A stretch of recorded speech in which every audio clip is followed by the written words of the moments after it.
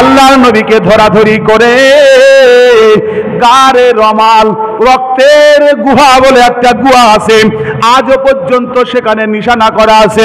আল্লাহ রসুলের দন্দন মোবারক শহীদ হয়ে গেল। সাহাবীরা ধরাধরি করে যে গুহার ভিতরে নিয়ে গিয়েছিল, গারে রুমাল বা জাবালে রুমাল বলা হয়, রক্তের পাহাড় বা রক্তের গুহা বলা হয়, যে গুহায় আমার নবীকে নিয়ে সেবা যত্ন করে আমার রসুলের দন্দন মোবারক শহীদ হলেই অজ্ঞান হয়ে পড়েছিল, যেখানে রেখে আল্লাহ রসুলকে সেবা যত্ন করে হুঁশ ফিরিয়ে আনা হয়েছিল, রক্তের গুহার ভিতর আল্লাহ রসুলকে নিয়ে যাওয়া হলো।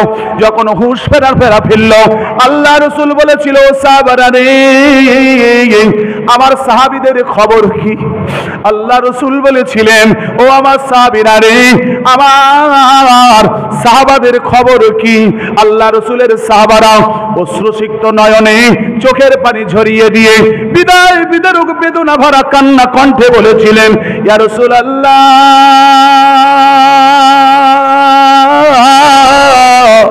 দুঃখ আর বেদনার কথা আপনার কাছে কি বলবো? আপনাকে যখন আমরা ধরাধরি করে পাড়ের গুহার ভিতরে নিয়ে চলে এসেছি, কাফেরেরা কি করেছিল জানেন? আপনার চাচা আমিরে হামজার বুকে তীরবিদ্ধ করে শহীদ করে দিয়েছে। ইয়া রাসূলুল্লাহ, ইয়া হাবিবাল্লাহ, দুঃখের কথা বলবো কি, বেদনার কথা বলবো কি? আপনার প্রিয় সাহাবা মুসাব বিন উমারকে শহীদ করে দিয়েছে। এমনকি মক্কা শরীফ, মদিনা শরীফে মুনাফিকরা বলে দিয়েছে মুহাম্মদ শহীদ হয়ে গিয়েছে। ও জওয়ানেরা, যুবকেরা, আজকে নবী দিবস হচ্ছে, নবী পাকের মহাব্বতে ভালোবাসায় হচ্ছে। কেউ চাঁদা দিচ্ছে, কেউ বাধা দিচ্ছে, কেউ আসছে, কেউ আসে না, কেউ বলে যাব, কেউ বলছে গিয়ে কি হবে। বিশ্বাস করুন, সেদিন যখন শুনেছে নবী আমার শহীদ হয়ে গিয়েছে, শিশু কিশোর আবাল বনিতা, শিশু কিশোর আবাল বনিতা, নারী পুরুষ কেউ আর ঘরে ছিল না। 12 কিলোমিটার রাস্তার মদিনা শরীফ থেকে ঘোড়ার বেগে, বাস পাখিরি নয়, দ্রুত গতিতে দৌড়ে দৌড়ে দৌড়ে সবাই ওহদের মাঠে আসতে শুরু করেছেন। আর জাবালে রমাল, গারে রমাল, ওইটা একটু পাহাড়ের চূড়ায় উপরে, ওখান থেকে আমার নবী তাকায় দেখে মদিনা শরীফের নারী পুরুষ শিশু কিশোর যুবক যুবতীগুলো বাসপাখির মতো ছুটে ছুটে আসে। আল্লাহ রসুল বলেছিলেন, ও আমার সাহাবারা রে, আটকা যাও, আটকে দাও, আটকে দাও। নারী পুরুষগুলো ছুটে ছুটে আসছে, ওদের আসতে দিও না, কারণ আমার অনেক সাহাবার হাত কেটে পড়ে আছেন, অনেক সাহাবার মাথা কেটে একদিকে পড়ে আছেন, অনেক সাহাবার কোমর থেকে কেটে একদিকে পড়ে আছে। ও সাহাবারা, নারী শিশু পুরুষগুলোকে আটকে দাও, ওদের আসতে দিও না, যুদ্ধের মাঠে আসতে দিও না। আল্লাহ রসুল কাঁদো কাঁদো অবস্থায় বলেছিল, ওদেরকে শুধু বলে দাও, কে কি বলেছে জানি না, তোমরা কি শুনেছো জানি না, আমার নবী এখনো হায়াতে আছেন, তিনি জাবালে রমাল, রমালে গারে রমালের ভিতরে তিনি আছেন, তোমরা সবাই চলে যাও, মুনাফিকের কথা কেউ বিশ্বাস করবে না। রসুলের সাহাবেরা ছুটে গিয়ে রাস্তার মাঝখানে আটকে দিয়ে বলেছিল, ও মদিনার মেয়েরা, ও মদিনার বাচ্চারা, তোমরা যেও না, রসুল পাক এখনো শহীদ হয়নি, আমার নবী পাককে আল্লাহ হায়াতে রেখেছেন। একবারে জোরে বলো। ফিরে চলে যায়, ওরা সব ফিরে চলে গেল। আল্লাহ রসুল বললেন, আমার চাচা কোথায়? ইয়া রাসূলুল্লাহ, হাবিবাল্লাহ, গুহার থেকে আপনি মাথাটা একটু বার করে দেখুন, ওই পড়ে আসে। আহা, তাকিয়ে দেখে আল্লাহ রসুলের চাচি আম্মা হিন্দা, আবু সুফিয়ানের স্ত্রী, আল্লাহ রসুলের চাচিমা, চাচতো চাচিমা, আবু সুফিয়ানের স্ত্রী হিন্দা আল্লাহ রসুলের চাচার বুকের উপরে বসে নাকটা কাটলো, কানটা কাটলো, জিহ্বাটা টেনে যতটা বার করতে পেরেছে কাটলো। আহা, কলিজাটা কাটলো, ও অঙ্গ প্রত্যঙ্গগুলো কাটলো, আঙুলগুলো কাটলো।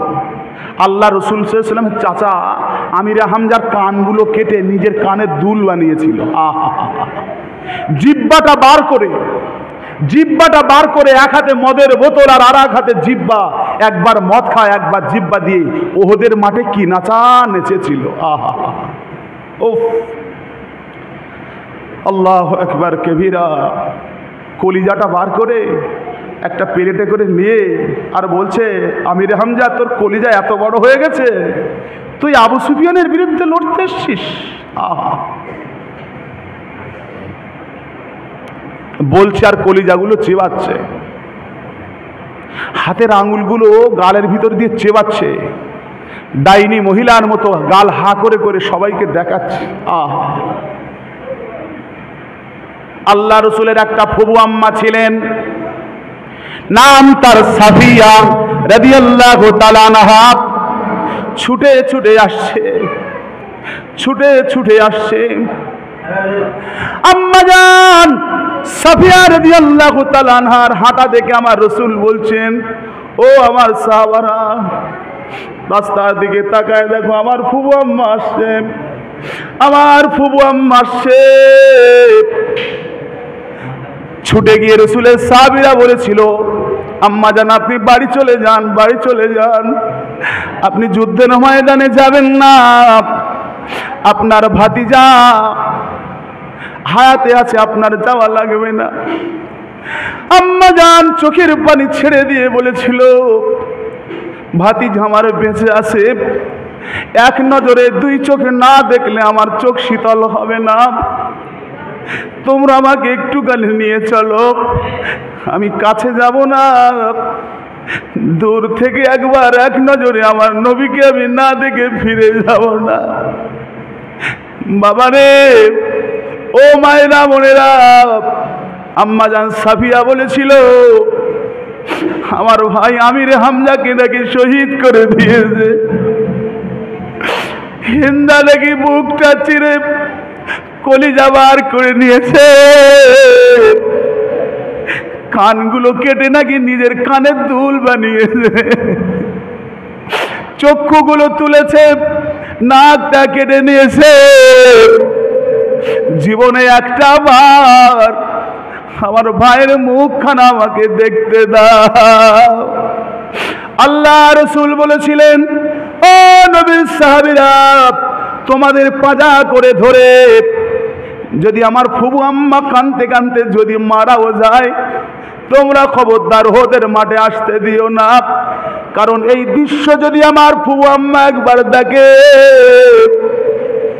কেন ভাই আর বোন বলে একটা মধুর সম্পর্ক আছে না নাই?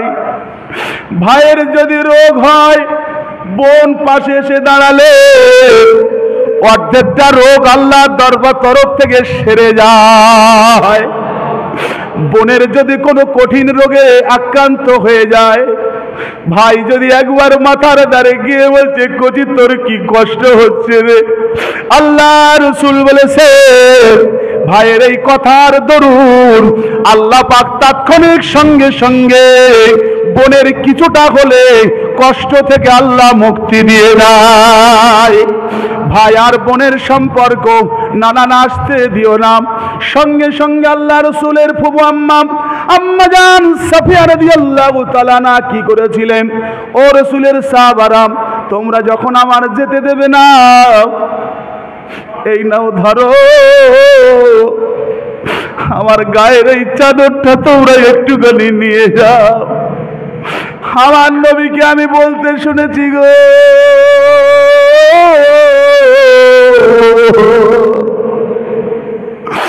যুদ্ধের ময়দানে যারা শহীদ হয়ে যায় তাদের কোনো কাপন পরানো হয় না, যুদ্ধের ময়দানে যারা শহীদ হয়ে যায় তাদের গোসল দেওয়া হয় না গো।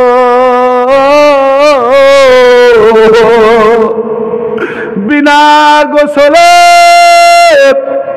বিনা কাপনে দাফন করে দেওয়া হয়। আমার গায়ের এই চাদরটা নিয়ে যাও, জীবনের শেষ কাপড় যাবে। আমার ভাই আমির হামজাকে আমার গায়ের এই চাদরটা পরিয়ে দিয়ে আমার রসুলের কাছ থেকে অনুমতি নিয়ে আমার গায়ের এই চাদরটা পরিয়ে দিয়ে আমার ভাইকে কবরস্থ করে দিও। এই বলে আম্মা জান চাদরটা রসুলের সাহাবীদের কাছে দিয়ে দিয়েছিলেন। ও যুবকেরা, নবী পাকের সিরাতে এসেছে, নবী পাকের কষ্টের কথা কি বলবো গো। আল্লাহ নবী সাল্লাল্লাহু আলাইহি ওয়াসাল্লাম ওই চাদরটা হাতে করে নিয়ে আমার নবী পাক নিজে হাতে দু টুকরো করেছিলেন। দু টুকরো করে সাহাবীদেরকে বলেছিলেন, ও আমার সাহাবীরা রে, এক টুকরা কাপড় নিয়ে আমার চাচা আমির হামজাকে দেবে, আর একটা কাপড়ের টুকরা নিয়ে মুসাইব বিন উমারকে তোমরা দিয়ে দেবে। দুইটা কবর খোঁড়ো। ও বাবাজি, ভাইরা, মায়েরা, বোনেরা, আল্লাহ যদি কোনোদিন চোখে দেখায় দেখবেন, আল্লাহ যদি কোনোদিন দেখার সুযোগ দেয় সেদিন দেখতে পাবেন। আল্লাহ রসুল ওহদের মাঠে সাহাবীদেরকে বলল, তোমরা দুটো কবর খোঁড়ো। দুইটা কবর খোঁড়া হলো। একটা কবরের সমস্ত সাহাবীদেরকে দেয়া হলো, আর একটা কবরের ভিতরে সৈয়দ সোহাদা আমিরে হামজা রাদিয়াল্লাহু তাআলা আনহু আর মুসাইব বিন উমারকে একটা কবরে দুজনকে দেয়া হলো। কাপন হিসাবে আল্লাহ রসুলের ফুফু আম্মার দেওয়া ওই চাদরের দুই টুকরা দিচ্ছেন।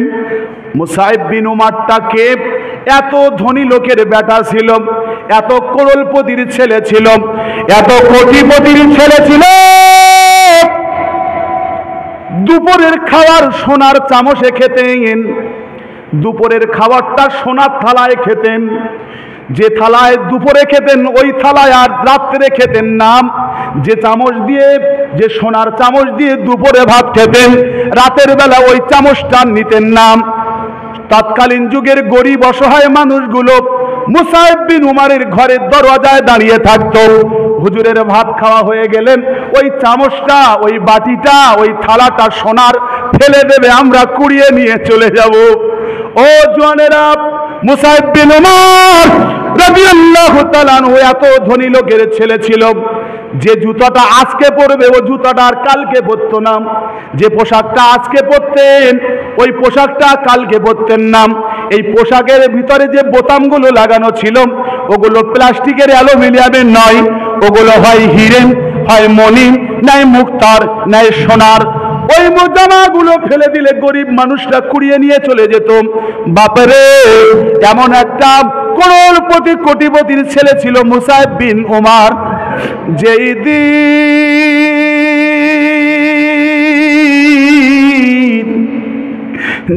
দিন আমার নবী পাকের হাতে হাত দিয়ে কলমা পড়ে মুসলমান হয়ে গেলেন, সেই দিন ওর আব্বা আর মা ঘাটটা ধরে ঘর থেকে বার করে দিয়েছিল, আর বলেছিল, এই মুখ কোনদিন আমাদের দেখাতে আসবি না। যদি মোহাম্মদের কলেমা ছেড়ে আসতে পারিস, ইসলাম যদি ছেড়ে আসতে পারিস তো বাড়ির দিকে আসিস, নইলে আর আসবি না। ও যুবকেরা, মুসাইব বিন উমার রাদিয়াল্লাহু তাআলা আনহু মা বাপের চোখের সামনে বলেছিলাম, আম্মা জান, আব্বা জান, আমি এই সমাজে বড় হয়েছি, এই পরিবেশে আমি বড় হয়েছি, কোনদিনের তরে দুনিয়ার লোভ লালসায় আমি আপনাদের কাছে ফিরে যাব না। আমি দুনিয়ায় বাদশাহী না করলে আখিরাতের বাদশাহী আমি আমার আল্লাহর কাছ থেকে চেয়ে নেব। বাবারা, ভাইরা, সেই মুসাইব বিন উমার রাদিয়াল্লাহু তাআলা আনহু শহীদ হয়ে গেলেন ওহদের যুদ্ধে।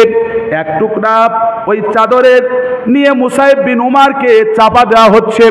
যদি মুখ চাপা দেওয়া হয় পাটা বেরিয়ে যায়, যদি পা চাপা দেওয়া হয় মুখটা বেরিয়ে যায়। এত লম্বা চওড়া মানুষ ছিলেন, এত স্বাস্থ্যবান মানুষ ছিলেন, কি করব, দেব না দেব না। আল্লাহ নবীকে শোনানো হলো, ইয়া রাসূলুল্লাহ, ইয়া হাবিবাল্লাহ, চাদরের টুকরা দিয়ে যদি মুখটা চাপা দেই পাটা বেরিয়ে যায়, পাটা চাপা দিলে মুখটা বেরিয়ে যায়, এখন আমরা করব কি? আল্লাহ নবী সে সময় বলেছিলেন, ও আমার সাহাবীরা, তোমাদের কি কথা বলবো? সোনার চামচ গালে দিয়ে যে ছেলেটার জন্ম হলো, মরণের সময় এক টুকরার বেশি কাপড় তাকে আমি আর কিছু ছাড়া দিতে পারলাম না। মুখটা চাপা দাও। আর পাগুলো যদি বেরিয়ে যায়, আজও পর্যন্ত সেই ঘাস ওহদ পাহাড়ের কিনারায় জন্ম হয়। ঘাসটা একটু নরম জাতীয়, আমাদের ভাষায় আমরা বলি দাপনা ঘাস, ওই রকম লম্বা লম্বা, তুলোর মতো নরম। আল্লাহ রসুল বললেন, ওই কিছুটা ঘাস ছিঁড়ে নিয়ে আসো। ঘাস ছিঁড়ে নিয়ে আসা হলো। ইয়া রাসূলুল্লাহ, ইয়া হাবিবাল্লাহ, করব কি? বলছে, ওই ঘাস দিয়ে পা গুলো চাপা দিয়ে দাও। বাবারে, ও মায়েরা, বোনেরা, ওহদের ময়দানে ওই সাহাবীকে ওই ঘাস দিয়ে পা চাপা দিয়ে একটা কবরে দুইজনকে দেয়া হলো। আল্লাহ রাসূল সাল্লাল্লাহু আলাইহি ওয়াসাল্লাম বললেন, ও মুসাইব বিন উমার, ও আমার চাচা আমির হামজা, আপনারা ঘুমিয়ে যান। মুসাইব বিন উমার, ও আমার চাচা, আপনি ঘুমিয়ে যান, ঘুমিয়ে যান। ইসরাফিল আলাইহিস সালাম যখন সিংহায় ফুঁক দেবে, আমি গিয়ে তোমাদের ডেকে তুলব।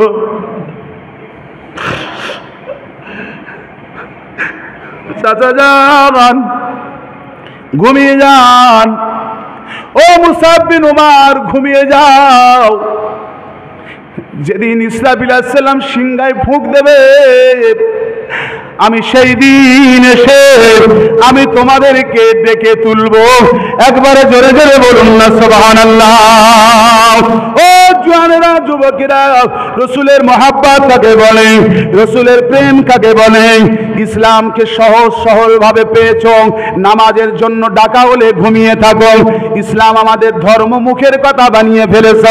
ইসলামের শুধু মুসলমানের পরিচয় দিয়েছ। ইসলাম ধর্মটা কি তোমরা এখন জানো না? বিশ্বাস করে রাখুন, কথাটা বলে যাই, আল্লাহ রাসূল সাল্লাল্লাহু আলাইহি ওয়াসাল্লাম 63 বছর হায়াতে ছিলেন। 53 বছর মক্কা শরীফে কাটিয়েছেন, আর 10 বছর তিনি মদিনা শরীফে কাটিয়েছেন। 622 সালে হিজরত করলেন, 32 সালে তিনি দুনিয়া ছেড়ে বিদায় নিলেন।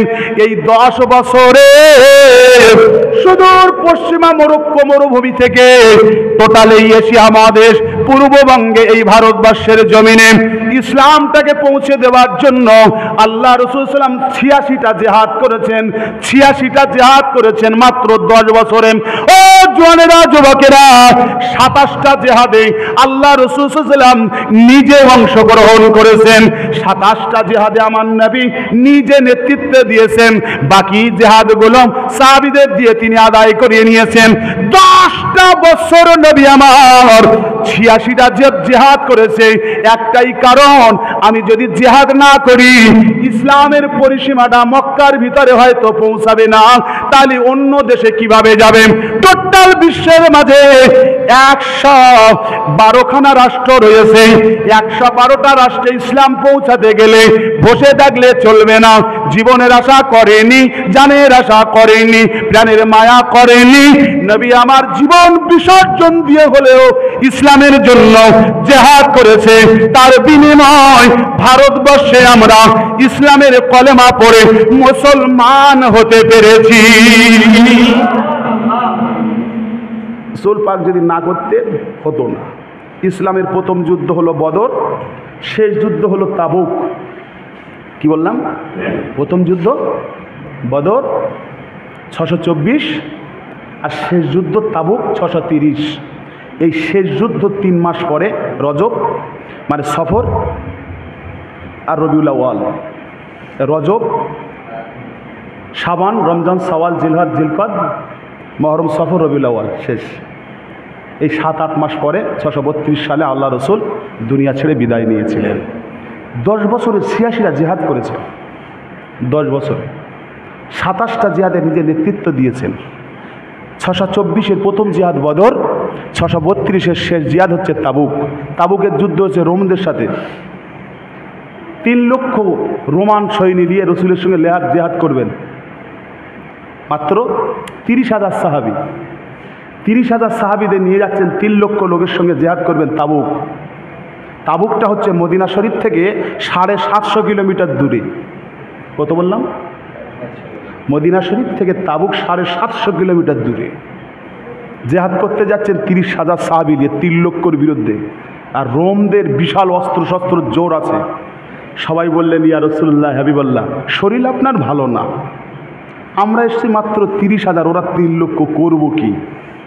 আল্লাহ রসুল বলেছিলেন, মাকারু মাকার আল্লাহ, আল্লাহু খায়রুল মাকিরিন। বুদ্ধি আল্লাহর কাছে চালাকি করে কেউ পারবে না, হিকমত নিতে হবে। এই দেখো তো তাবুক প্রান্তে নিম গাছ আছে কি না? কি গাছ বললাম? নিম গাছ। নিম গাছ দেখো। হুজুর নিম গাছ কী হবে? বলছে 30,000 মেশক নিয়ে এসো, 30,000 দাঁতন, সব এক বিগত ছেড়ে ছেড়ে দাঁতন মেশক তাবুকের প্রান্তে সব নিয়ে এসছে। বলছে পাহাড়ের ওপরে ওঠো, চূড়ায় ওঠো। 30,000 সাহাবী যে যেখানতে পেরেছে সব পাহাড়ের উপরে উঠে নিমের দাঁতন দ্বারা সব ঘষতেছে, দাঁত ঘষছে। এখন 3 লক্ষ রোমান বাহিনী বলছে, ওরে এরা কারা বলতো? বলছে কেন? ওই সব দাঁতে ধার দিচ্ছে কেন? বলছে এরা কারা? তাহলে মোহাম্মদের অনুসারী, তাহলে সব দাঁতে ধার দিচ্ছে কেন? বলছে ওরা তলোয়ার নি, পালি সব চিপকে খেয়ে নেবে। বলছে ওর সঙ্গে জিহাদ করে দরকার নেই, বাড়ি চলে যাই। জোরে বলুন, আর জোরে বলা গেল না। তাবুক যুদ্ধে জিহাদ করতে হয়নি, 3 লক্ষ রোমান বাহিনী আসলো। আল্লাহ রসুল বলছে দাঁতনে শুধু দাঁত ঘষো, উদি চোখ নীল হয়ে যাবে। যখন দাঁত ঘষছে ওরা বলছে ও সব ওরা দাঁতে ধার দিচ্ছে, মানে এই আবার কী চালাকি করেন তার ঠিক নেই। 313 জনকে যদি 1000 মানুষ যদি বদরে যদি কাবু করে দেয়, এরা 30,000 তাও আবার দাঁতে ধার দিচ্ছে, এ ছাড়বে সহজে? আল্লাহ পাক সহজে বিজয় দিয়ে দিয়েছেন। জোরে বলুন না সুবহানাল্লাহ। ভয় খাওয়ার কিছু নেই। ওই এসআর হবে, এনআরসি হবে, ওসব বুদ্ধি চলবে না আল্লাহর কাছে। আল্লাহ যতদিন মুসলমানকে রাখবে, মুসলমান ততদিন থাকবে। একবার জোরে বলুন। এমন মার মেরে দেবে, আসামে পুরো ডাটা আউট হয়ে গেছে। আসাম রাজ্যে পুরো ডাটা আউট হয়ে গেছে। 19 লক্ষ মানুষের নাম নেই, তার ভিতরে 11 লক্ষ গায়ের কম। 19 লক্ষর ভিতরে 11 লক্ষ গায়ের কম, মুসলমান না তারা। তা 19-এর ভিতরে যদি 11 চলে যায়, থাকে কত? কত থাকে? 8 থাকে না? 8 লক্ষ মুসলমান। ওরা চিন্তা করলো এই 8 লক্ষ ধরতে গেলে তো আগে 11 লক্ষ ধরতে হবে। বলছি আল্লাহর কিরে রাতারাতি ডাটা আউট হয়ে গেছে। বলছে সব জ্বলে পুড়িয়ে গেছে, সব বাদ হয়ে গেছে। একবার জোরে বলুন। মাকারু মাকার আল্লাহ, আল্লাহু খায়রুল মাকিরিন। আল্লাহ যদি মারে তো মার খাইতে হবে। সময় এখনো আছে, মসজিদের দরজা এখন খোলা আছে। একটা জিনিস বাদ দাও, চিটিংবাজি বাদ দাও। যদি নামাজ পড়তে আসো তা আসার মতো এসো, আর যদি না আসার দরকার হয় ওই খানায় পড়ে মরগে যাও, মসজিদে আসার দরকার নেই। আসতে যদি হয় আসার মতো আসবে, যদি না আসার ইচ্ছা হয় খানায় পড়ে মরবে, তুমি খানার মাল। চিটিংবাজি করতে মসজিদে আসবে না, মসজিদটা আল্লাহর ঘর। এই ঘরে এসে যদি তুমি এই ঘরের অপমান করো, আল্লাহ রসুল বলেছেন এই ঘরের যে অপমান করবে তাকে বেউজ্জুদি করা আল্লাহর উপরে ওয়াজিব হয়ে যায়। যা হোক, আবেগ আর ভালোবাসা ভালো, এত ভালো না, অনেক হয়ে গেছে সত্যি।